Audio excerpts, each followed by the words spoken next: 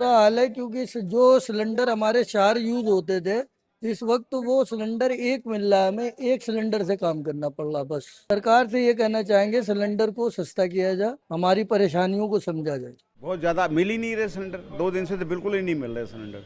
वह आज का कोटा मेरे पास है, कल से पता नहीं मिलेगा तो ठीक है, नहीं तो बंद कर देंगे।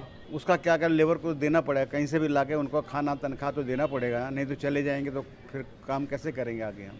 हमें तो सिलेंडर चाहिए, क्या है महंगा हो या सस्ता हो। अगर सिलेंडर नहीं मिल रहा कोई से भी तो हमारा तो काम बंद हो जाएगा। 15-15 लड़के काम करना कहाँ से देंगे। सास का परम भोज है, कल हमको सिलेंडर नहीं मिल रहा है, कल हमारे घर की इज्जत कैसे रहेगी। नात मात हित दोस्त सबको हम न्योत बैठे हैं, सिलेंडर की इतनी शॉर्टेज है तो हमारे घर भोजन कैसे बनेगा। गैस एजेंसियों के बाहर लंबी लंबी लाइनें लगी हैं। होटल और रेस्टोरेंट बंद होने की कगार पर है और लोगों के मन में एक ही सवाल है, क्या भारत एलपीजी संकट की ओर बढ़ रहा है?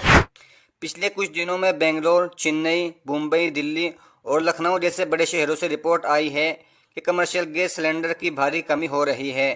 कई रेस्टोरेंट के मालिकों का कहना है कि उनके पास सिर्फ कुछ ही घंटों का गैस बचा है, उसके बाद उनके किचन के चूल्हे बुझ सकते हैं। शॉर्टेज स्थायी है, लेकिन अभी कल से भारी मात्रा से हमारे होटल्स बंद हो गए। 20% के होटल्स बंद हुए हैं और अभी कल से हमें मैसेजेस भी आ रहा है कि होटल्स में ब्लैक मार्केटिंग चल रहा है सिलेंडर्स का। जो 1840 रुपए का सिलेंडर है आज के दिन में 3-3 हजार रुपए तक बिक रहे हैं और वो भी उसका भी गारंटी नहीं आगे मिलेगा कि नहीं।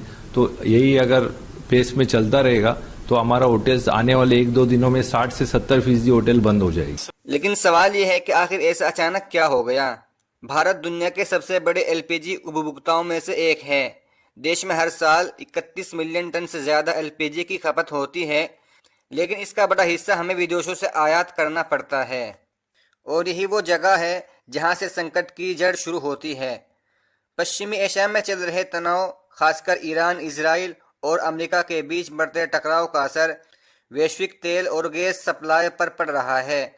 भारत को मिलने वाली एलपीजी का बड़ा हिस्सा सऊदी अरब और खाड़ी के देशों से आता है, जो स्ट्रेट ऑफ हॉर्मुज के रास्ते भारत पहुंचता है और इस रास्ते को अभी ईरान ने चौक करके रखा है।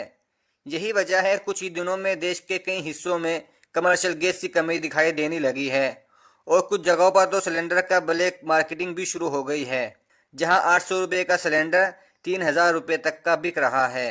हालांकि सरकार दावा कर रही है कि हालात नियंत्रण में है, लेकिन अगर पश्चिमी एशिया का संकट लंबा खिंचता है तो इसका असर सिर्फ गैस तक सीमित नहीं रहेगा।